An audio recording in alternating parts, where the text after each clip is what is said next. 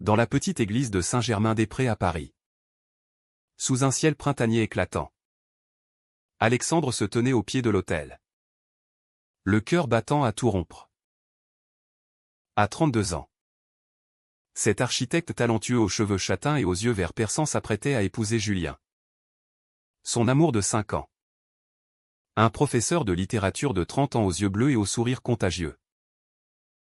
Mais au moment où le prêtre prononçait les vœux solennels, la porte s'ouvrit brutalement, laissant entrer 3 enfants identiques d'environ 8 ans. Des triplés aux boucles blondes et aux regards curieux, qui se mirent à chanter d'une voix unie une berceuse oubliée que seul Alexandre avait composée pour eux dans un passé qu'ils croyaient enterré à jamais. La cérémonie s'arrêta net. Les invités, une centaine de personnes mêlant amis progressistes, collègues et quelques membres de famille réticents, se figèrent dans un silence assourdissant. Julien, qui tenait la main d'Alexandre, lâcha prise instinctivement, son visage passant de la joie à une confusion mêlée de choc. « Qu'est-ce que c'est que ça » murmura-t-il. Tandis que les triplés, 2 garçons et une fille nommés Léo, Lucas et Lila, avançaient dans l'allée centrale. Leurs voix enfantines résonnant avec une innocence cruelle, d'or. Petit ange. Sous les étoiles de Paris. Papa te protège des ombres de la nuit. Alexandre sentit son monde s'effondrer. Il avait toujours cru que ce secret, enfoui depuis des années, ne ressurgirait jamais. À 24 ans, fraîchement diplômé et en pleine crise identitaire, il avait accepté de devenir donneur de sperme pour aider une amie lesbienne, Sophie, à fonder une famille. C'était un acte altruiste, pensait-il alors. Une façon de donner la vie sans s'impliquer. Mais Sophie avait insisté pour qu'il rencontre les enfants une fois. Et lors de cette unique visite, il leur avait chanté cette berceuse improvisée. Comment pouvait-il s'en souvenir? Et pourquoi apparaissait-il maintenant? Précisément le jour de son mariage? Les murmures enflèrent parmi les invités. La mère de Julien, une femme conservatrice venue de province malgré ses réticences envers cette union contre nature comme elle l'appelait en privé, porta la main à sa bouche, les yeux écarquillés. Du côté d'Alexandre, son père, un retraité militaire rigide qui avait à peine accepté l'homosexualité de son fils après des années de conflit, se leva d'un bond, le visage rouge de colère. Alexandre, qu'est-ce que cela signifie, tonna-t-il, brisant le silence. Sophie surgit derrière les enfants, essoufflée, vêtue d'une robe simple et les cheveux en désordre. À 35 ans. Elle était une avocate engagée dans les droits LGBTQ+. Mais son regard trahissait une urgence désespérée. Je suis désolé, Alexandre. Mais je n'avais pas le choix. Les enfants ont entendu parler de ton mariage sur les réseaux sociaux. Ils insistent pour te voir depuis des mois. Ils savent que tu es leur père biologique. Julien recula d'un pas, comme si on l'avait giflé. Père biologique? Alexandre? Dis-moi que c'est une blague. Sa voix tremblait. Mélange de trahison et d'incrédulité. Ils avaient discuté de l'adoption, de fonder une famille ensemble. Mais Alexandre n'avait jamais mentionné cela. C'était un mensonge par omission. Une bombe à retardement qui explosait au pire moment. Alexandre s'agenouilla devant les triplés, qui avaient cessé de chanter et le regardaient avec des yeux pleins d'espoir. Les enfants. Comment avez-vous appris cette chanson? Demanda-t-il d'une voix rauque. Lila, la plus audacieuse, répondit, maman nous l'a enregistrée sur son téléphone. On l'écoute quand on est triste. Léo ajouta, on voulait te surprendre pour ton mariage. Papa. Le mot papa résonna comme un coup de tonnerre. Alexandre sentit une vague de culpabilité l'envahir. Il avait choisi de ne pas s'impliquer pour protéger sa propre vie. Pour éviter les complications dans une société française encore imprégnée de préjugés contre les familles non traditionnelles. Mais maintenant, face à ces trois petits êtres qui portaient ses traits, il réalisait le prix de son silence. Le prêtre, un homme progressiste habitué au mariage gay, tenta de calmer l'assemblée. Mes amis, reprenons nos esprits. Ceci est un moment de joie. Pas de chaos. Mais c'était trop tard. Julien tourna les talons et sortit de l'église, suivi par sa mère qui marmonnait des reproches. Alexandre resta là, entouré des triplés. Sophie et les regards accusateurs des invités. Son mariage, symbole de son acceptation de soi, venait d'être saboté par son propre passé. Dans les heures qui suivirent, Alexandre se retrouva seul dans un café voisin. Le costume froissé a fixé son alliance qu'il n'avait pas encore enlevée. Julien ne répondait pas à ses appels. Sophie l'avait rejoint. Les enfants confiés à une baby-sitter.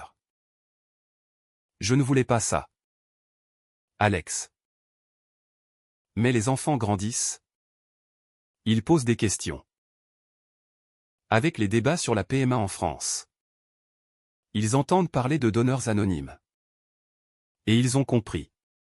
Alexandre leva les yeux, emplis de larmes. Tu aurais pu me prévenir. J'aurais pu préparer Julien. Mais au fond, il savait qu'il était le seul responsable. Son choix initial, motivé par une générosité naïve, s'était mué en une trahison involontaire. La société française, malgré ses avancées avec le mariage pour tous en 2013, restait divisée sur les questions de filiation gay. Alexandre avait craint que révéler ce don le fasse passer pour irresponsable. Ou pire, qu'il alimente les stéréotypes sur les hommes gays incapables de stabilité familiale. De son côté, Julien errait dans les rues de Paris, le cœur en miettes. Il aimait Alexandre profondément. Mais ce secret le rongeait. Était-ce la peur de la réaction familiale qui avait poussé Alexandre au silence? Ou une part de lui qui n'était pas prête à assumer pleinement une vie commune? Julien pensa à sa propre famille. À sa mère qui avait toujours espéré des petits-enfants en naturel. Et à son père absent qu'il avait rejeté à son coming out. Cette interruption n'était pas seulement une surprise, c'était un miroir des pressions sociales qu'ils combattaient tous les deux. Le soir venu, Alexandre rentra dans leur appartement du Marais. Vide et froid. Il trouva un mot de Julien, « J'ai besoin de temps. Ne me cherche pas. » La nuit fut longue. Hanté par les visages des triplés et la chanson qui tournait en boucle dans sa tête. Il réalisait maintenant que son acte altruiste avait des conséquences imprévues. Et que le prix à payer était peut-être la perte de l'homme qu'il aimait. Les jours suivants furent un tourbillon de confrontations et de révélations. Alexandre, rongé par la culpabilité, décida de contacter Sophie pour en savoir plus sur les triplés. Ils se retrouvèrent dans un parc du quartier latin, sous un soleil timide qui contrastait avec la tension ambiante. Les enfants jouaient à proximité, leurs rires innocents perçant l'air comme des rappels constants de la réalité. Pourquoi maintenant? Sophie, demanda Alexandre. La voix tendue. Elle soupira, ajustant ses lunettes. Les enfants ont 8 ans. Ils vont à l'école, entendent des histoires de famille. Avec ma compagne, on a toujours été honnête avec eux sur leur conception via PMA. Mais quand ils ont vu une photo de ton mariage sur Facebook postée par un ami commun, ils ont insisté. On veut rencontrer papa Alex, disait-il. Je ne pouvais plus les retenir sans mentir. Alexandre hocha la tête. Mais intérieurement, Il bouillonnait. Son choix de don anonyme avait été motivé par une peur profonde, celle de perturber sa vie naissante en tant qu'homme gay assumé. À l'époque. En 2018. La loi française sur la procréation médicalement assistée était encore restrictive pour les couples lesbiens. Et Sophie avait eu recours à un arrangement privé. Alexandre, alors en pleine rupture avec un ex toxique, avait vu cela comme une façon de tourner la page. De créer du positif dans le chaos. Mais maintenant, face à Léo, Lucas et Lila qui s'approchaient avec des dessins maladroits représentant une famille élargie. Il sentait le poids des décisions passées. Papa Alex. Tu viendras nous voir plus souvent, demanda Lucas. Les yeux brillants. Alexandre força un sourire. On verra. Mon grand. C'est compliqué. De son côté, Julien s'était réfugié chez un ami à Montmartre. Il passait ses journées à relire leurs messages d'amour. À se remémorer leur voyage en Provence où ils avaient rêvé d'une vie ensemble. Mais le secret d'Alexandre le hantait. Était ceux de la trahison. Julien savait que la société française, malgré ses lois progressistes, imposait encore des normes rigides. Les débats sur la GPA et la PMA ravivaient sans cesse les préjugés. Et Julien avait lui-même lutté contre l'homophobie internalisée de sa famille. Sa mère l'appela ce soir-là. Julien. Mon chéri. Peut-être que c'est un signe. Un mariage comme ça.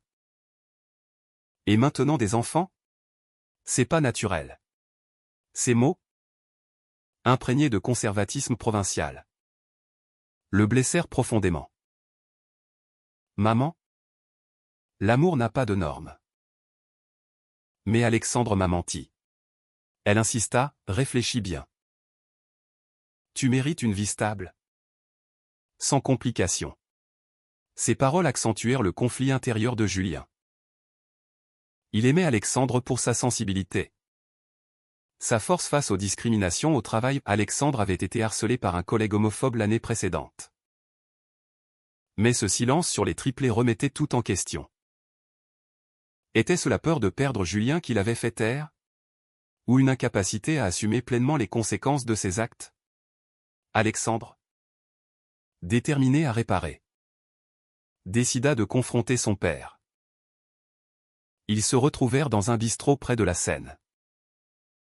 Le vieil homme, aux cheveux grisonnants et au regard sévère, attaqua d'emblée, tu as des enfants.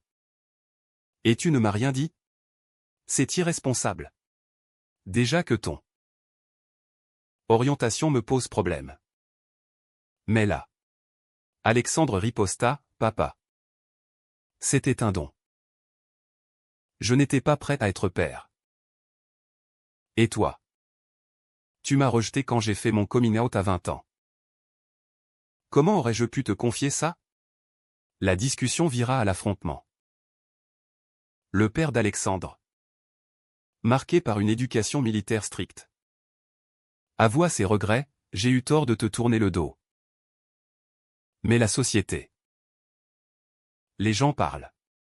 Alexandre réalisa que les pressions familiales l'avaient poussé au silence, perpétuant un cycle de secrets et de souffrance. Pendant ce temps, Sophie affrontait ses propres démons. Sa compagne, Marie, la reprochait d'avoir agi impulsivement. Tu as détruit leur mariage pour satisfaire les enfants? Pense aux conséquences. Sophie, les larmes aux yeux, répondit, je pensais que c'était le bon moment. Avec les lois qui évoluent, peut-être qu'Alexandre pourrait les reconnaître légalement. Mais au fond, elle savait que son choix égoïste avait causé du tort. Julien, après une semaine de réflexion, accepta de rencontrer Alexandre dans leur appartement. L'atmosphère était lourde. Pourquoi ne m'as-tu rien dit? Demanda Julien. La voix brisée. Alexandre expliqua tout, la crise identitaire, Le don altruiste. La peur des jugements. J'avais honte. Julien. Dans notre communauté, on nous accuse déjà d'être instables. Admettre que j'ai des enfants biologiques sans les élever. Ça alimente les stéréotypes. Julien écouta. Touché par la vulnérabilité d'Alexandre. Mais la trahison persistait.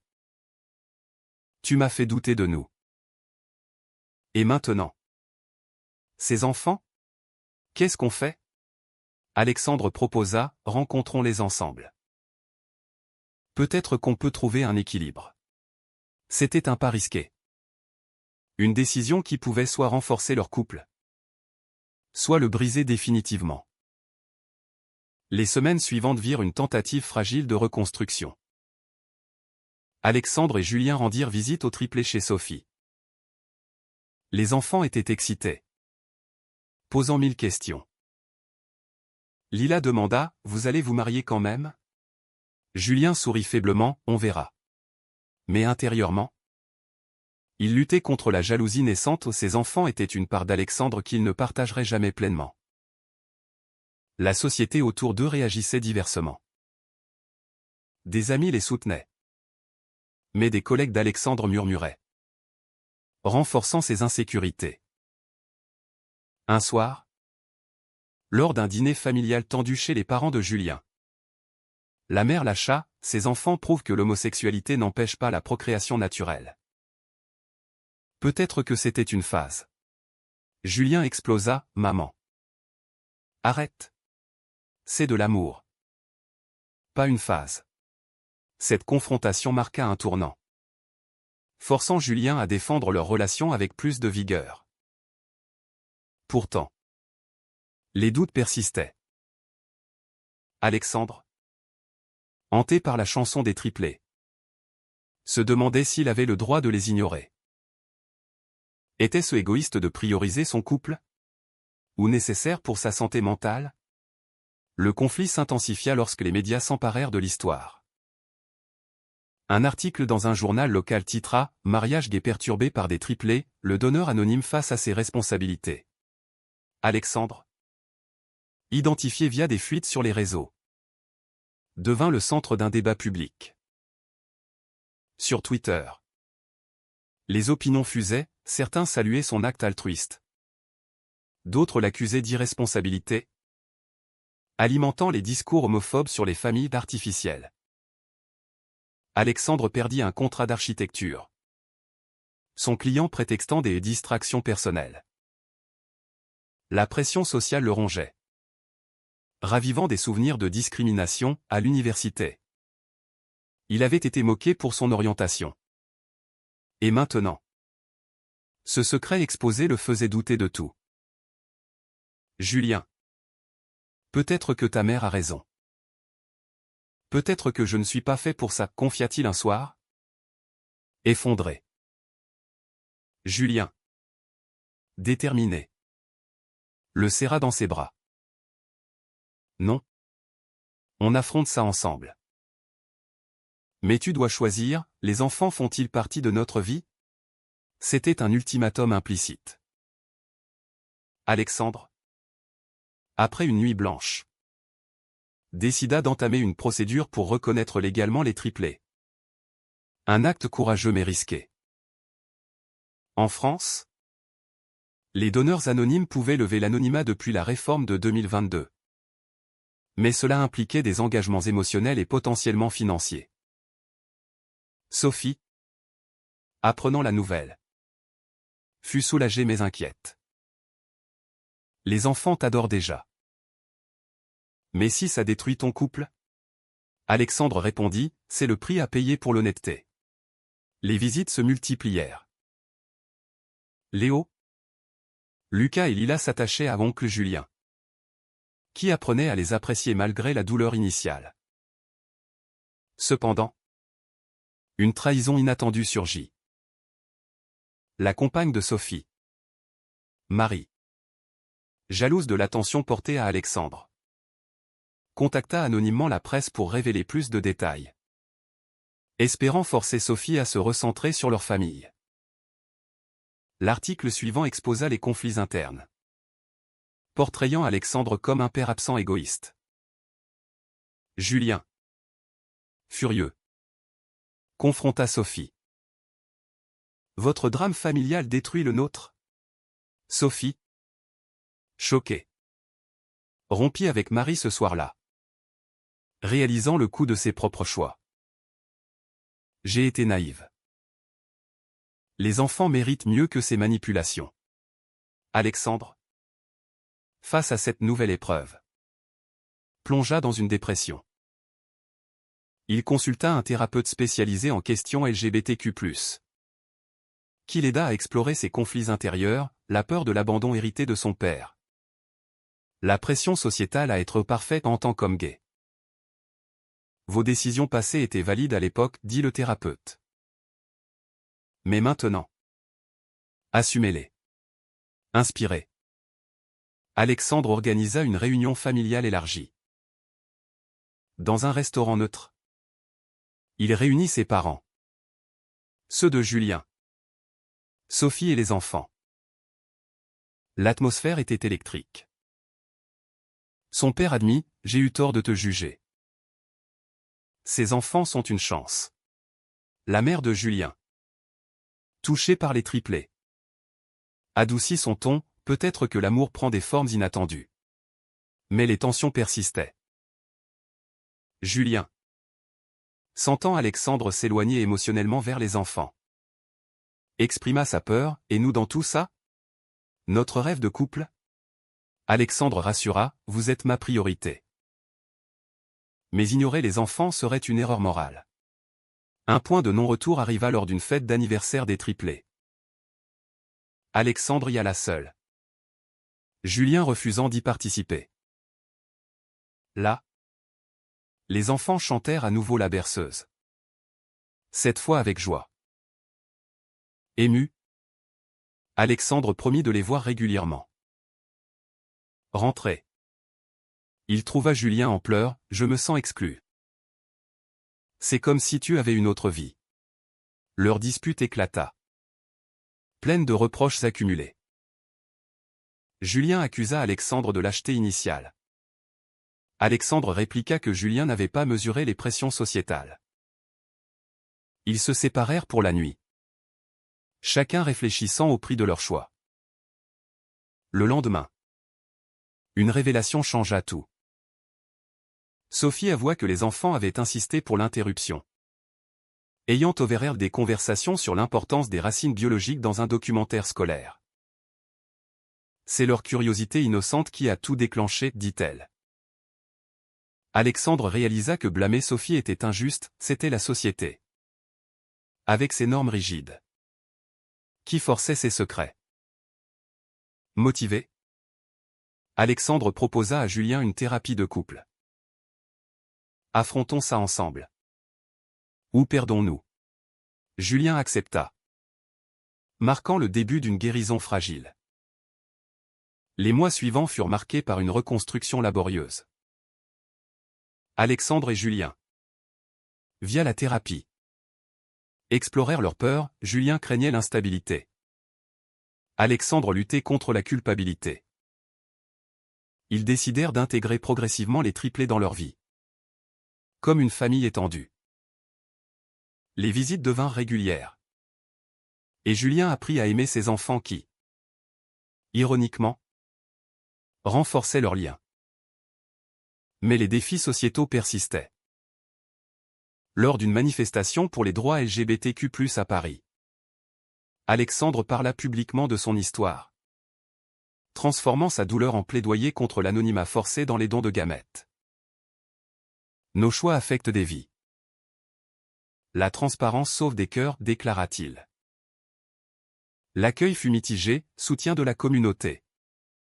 Critique des conservateurs accusant les gays de détruire la famille traditionnelle. La famille d'Alexandre évolua. Son père, touché par les triplés, devint un grand-père attentif, confrontant ses propres préjugés. J'ai perdu des années avec toi. Pas avec eux, confia-t-il. Chez Julien. Sa mère? Après une visite chez les enfants. Admis, je me trompais. L'amour n'a pas de modèle unique. Sophie, reconstruisant sa vie solo, s'excusa sincèrement. Mon impulsivité vous a blessé. Mais regardez le positif, une famille plus grande. Les triplés. Épanouis. Appelez Alexandre papa Alex et Julien tonton Jus. Créant un équilibre précaire. Pourtant. Une ultime épreuve surgit. Un ex de Sophie. Opposé à l'implication d'Alexandre. Menaça une action en justice pour contester la reconnaissance. Arguant des valeurs morales. Alexandre, paniqué, dut affronter un tribunal. Là, il témoigna de son évolution, j'ai fui mes responsabilités par peur. Maintenant, j'assume. Pour eux et pour mon couple. Julien. À ses côtés. Déclara, ces enfants ne nous divisent pas, ils nous unissent dans la résilience. Le juge, sensible aux arguments, rejeta la plainte, soulignant l'évolution des lois françaises vers plus d'inclusivité. Avec cette victoire, Alexandre et Julien reprogrammèrent leur mariage. Plus intime. Dans un jardin provençal. Les triplés étaient présents. Non comme intrus mais comme invités d'honneur. Au moment des vœux, Alexandre murmura à Julien, « Merci d'avoir pardonné. » Le prix était haut. Mais notre amour vaut tout. La cérémonie se déroula sans accroc. Symbolisant leur triomphe sur les conflits intérieurs et sociétaux. Les invités, réduits aux proches acceptants, applaudirent avec émotion. Des années plus tard, Alexandre repensait à cette interruption comme un catalyseur. Les triplés, adolescents, restaient une part intégrante de leur vie, sans éclipser leur couple. Julien et lui adoptèrent un enfant, complétant leur famille arc-en-ciel. Mais au fond, une question persistait, Alexandre avait-il eu raison de garder le secret initialement, protégeant ainsi son identité naissante? Ou ce silence était-il une erreur morale impardonnable?